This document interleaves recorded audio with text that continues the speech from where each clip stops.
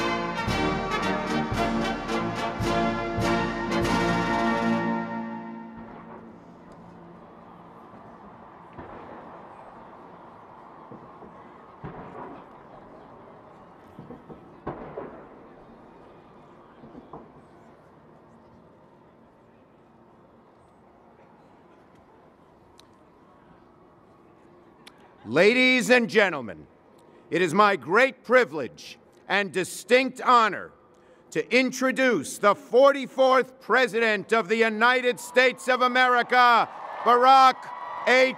Obama.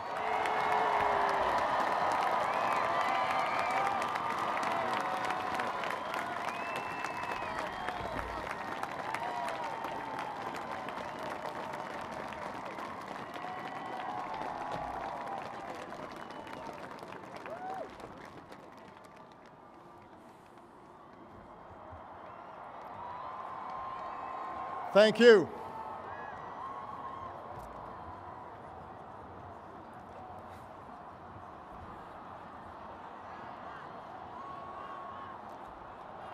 Thank you. Thank you so much. Vice President Biden, Mr. Chief Justice, members of the United States Congress, distinguished guests, and fellow citizens.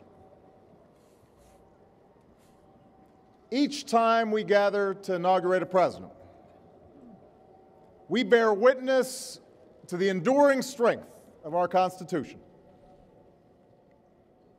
We affirm the promise of our democracy. We recall that what binds this nation together is not the colors of our skin or the tenets of our faith or the origins of our names. What makes us exceptional, what makes us American, is our allegiance to an idea articulated in a declaration made more than 2 centuries ago. We hold these truths to be self-evident, that all men are created equal,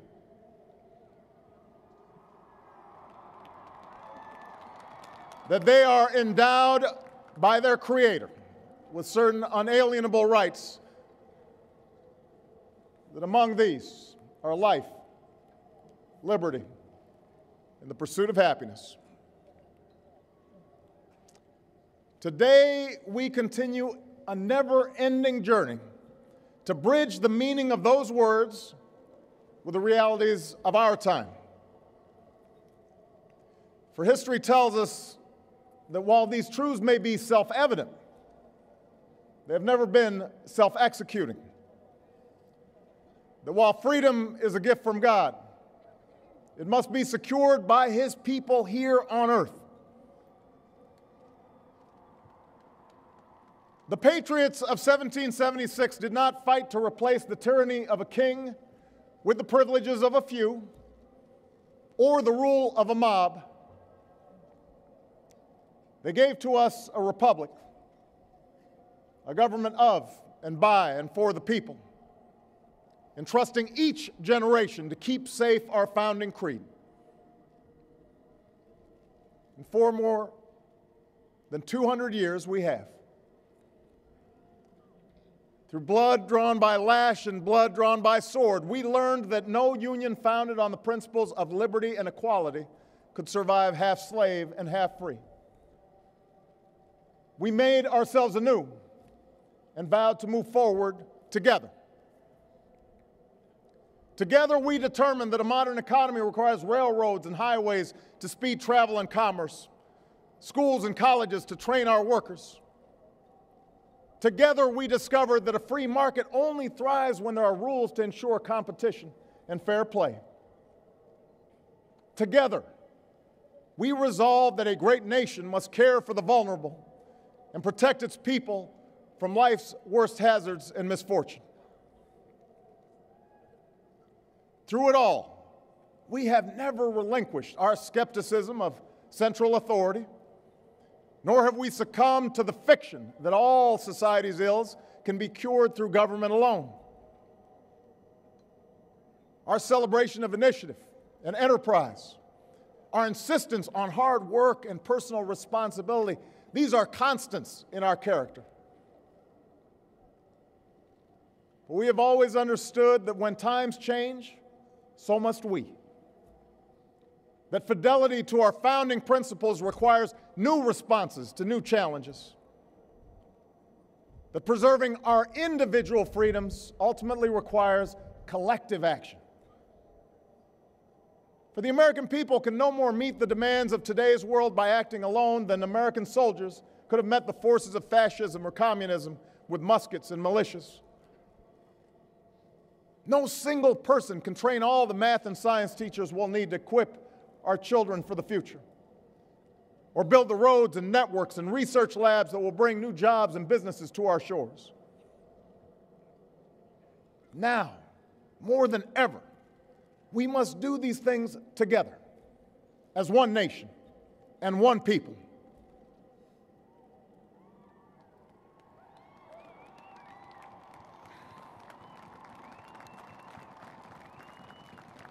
This generation of Americans has been tested by crises that steeled our resolve and proved our resilience.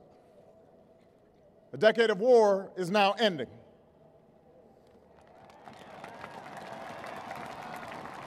An economic recovery has begun.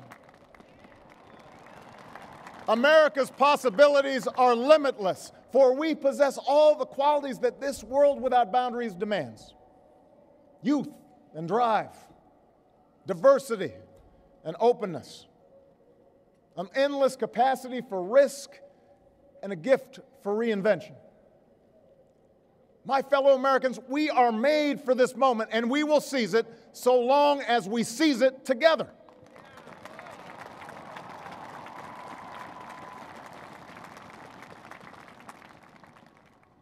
For we, the people, understand that our country cannot succeed when a shrinking few do very well and a growing many barely make it. We believe that America's prosperity must rest upon the broad shoulders of a rising middle class. We know that America thrives when every person can find independence and pride in their work, when the wages of honest labor liberate families from the brink of hardship. We are true to our creed when a little girl born into the bleakest poverty knows that she has the same chance to succeed as anybody else because she is an American, she is free, and she is equal not just in the eyes of God, but also in our own.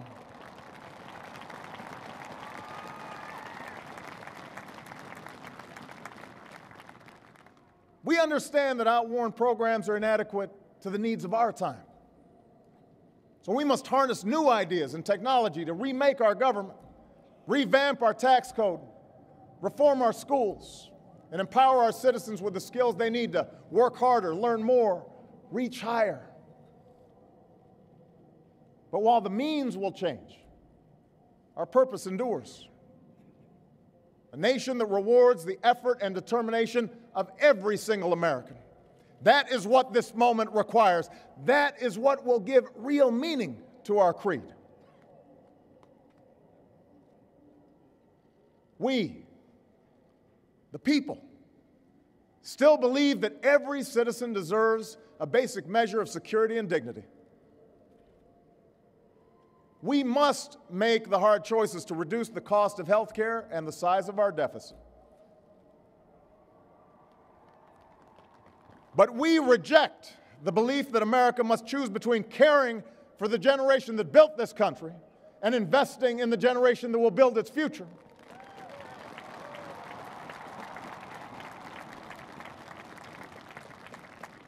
For we remember the lessons of our past, when twilight years were spent in poverty and parents of a child with a disability had nowhere to turn. We do not believe that in this country freedom is reserved for the lucky or happiness for the few. We recognize that no matter how responsibly we live our lives, any one of us, at any time, may face a job loss or a sudden illness or a home swept away in a terrible storm. The commitments we make to each other through Medicare and Medicaid and Social Security, these things do not sap our initiative, they strengthen us. They do not make us a nation of takers, they free us to take the risks that make this country great.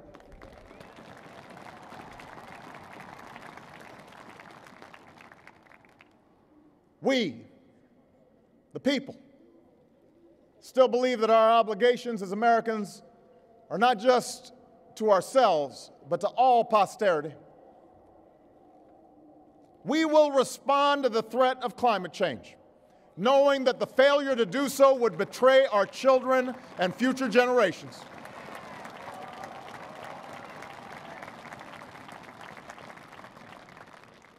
Some may still deny the overwhelming judgment of science, but none can avoid the devastating impact of raging fires and crippling drought and more powerful storms. The path towards sustainable energy sources will be long and sometimes difficult.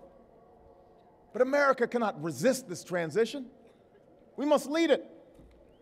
We cannot cede to other nations the technology that will power new jobs and new industries. We must claim its promise.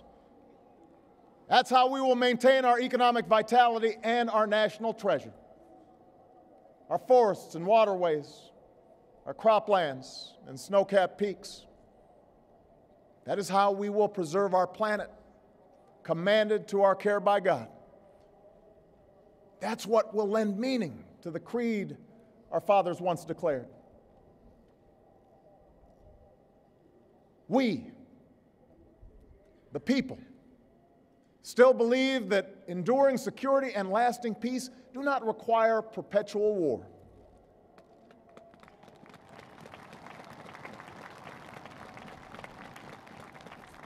Our brave men and women in uniform, tempered by the flames of battle, are unmatched in skill and courage. Our citizens, seared by the memory of those we have lost, know too well the price that is paid for liberty. The knowledge of their sacrifice will keep us forever vigilant against those who would do us harm. But we are also heirs to those who won the peace and not just the war, who turned sworn enemies into the surest of friends, and we must carry those lessons into this time as well.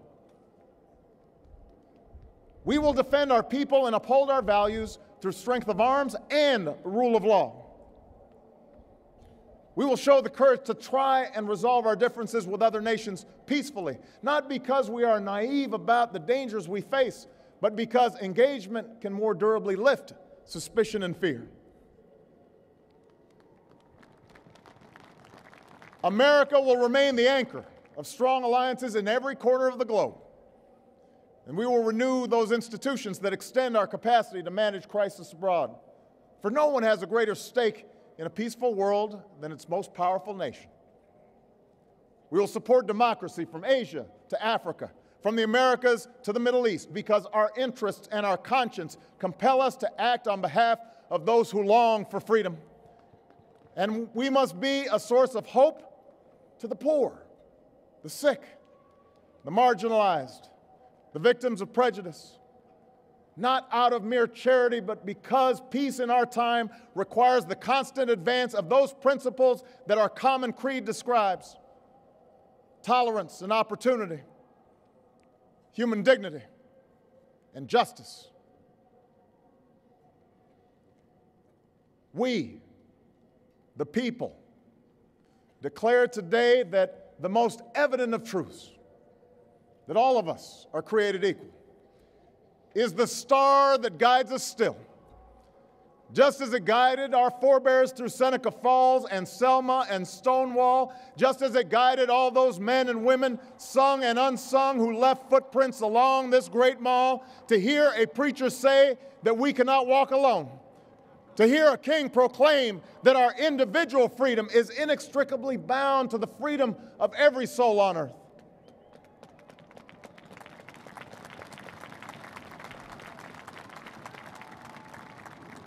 It is now our generation's task to carry on what those pioneers began. For our journey is not complete until our wives, our mothers, and daughters can earn a living equal to their efforts.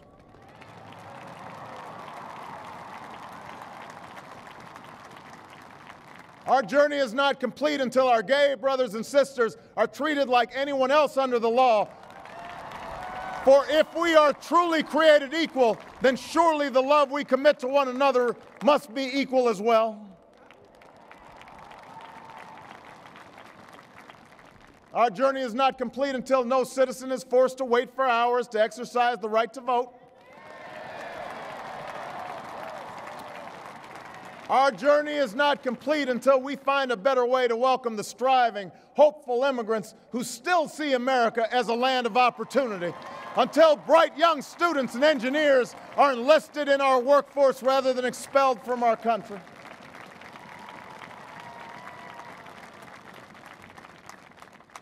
Our journey is not complete until all our children, from the streets of Detroit to the hills of Appalachia to the quiet lanes of Newtown, know that they are cared for and cherished and always safe from harm. That is our generation's task, to make these words, these rights, these values of life and liberty and the pursuit of happiness real for every American. Being true to our founding documents does not require us to agree on every contour of life. It does not mean we all define liberty in exactly the same way or follow the same precise path to happiness. Progress does not compel us to settle centuries-long debates about the role of government for all time, but it does require us to act in our time.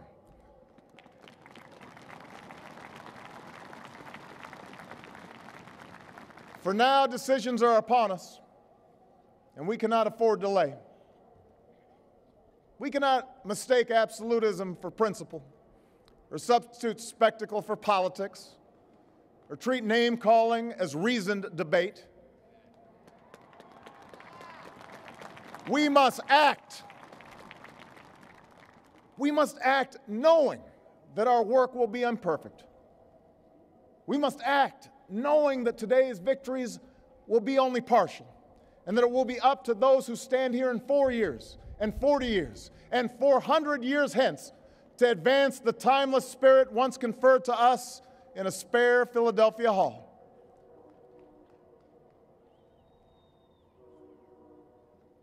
My fellow Americans,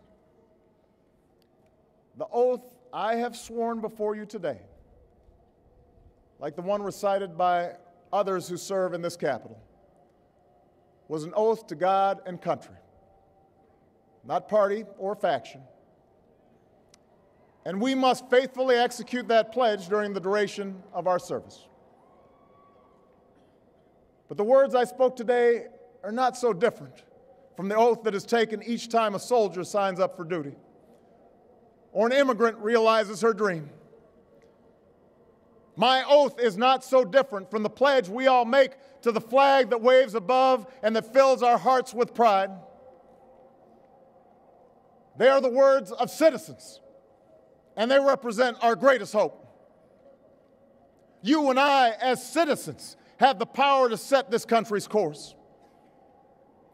You and I, as citizens, have the obligation to shape the debates of our time, not only with the votes we cast, but with the voices we lift in defense of our most ancient values and enduring ideals. Let us, each of us now, embrace with solemn duty and awesome joy what is our lasting birthright. With common effort and common purpose, with passion and dedication, let us answer the call of history and carry into an uncertain future that precious light of freedom. Thank you, God bless you, and may He forever bless these United States of America.